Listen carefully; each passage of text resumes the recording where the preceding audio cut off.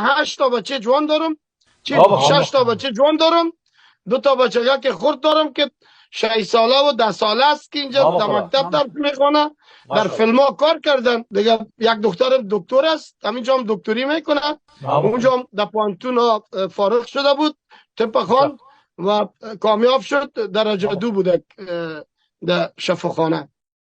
8 پسر گفتین، 1 دختر گفتین. ای از یک ازدواج است یا ثمره چند ازدواج است؟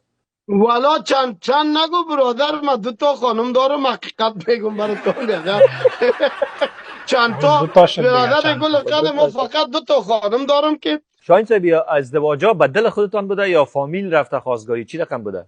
زمان خداوند بیامرزه پدرها و مادرای ما و شما را همین پرابلم آمین. بسیار بزرگ است بله. که همین باید کوشش کنیم که جوانا و فرزندای خود به دل خودش بانیم، اما کنترل دست پدرها باشه، به بله. خاطر که جوانا یک کم خونگرم می باشه، کدام اشتباهی از پیش سر نزنه.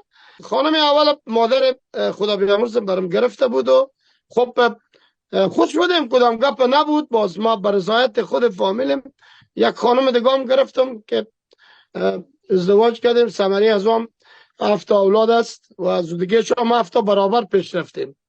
خب این بود بیوگرافی زندگی فامیلیم که برای شما اولین بار است که من گفتم. خداوند شما را همراه فامیلتان، همراه اولادتان، نام خدا 14 اولاد گفتین دارین از 2 خانم.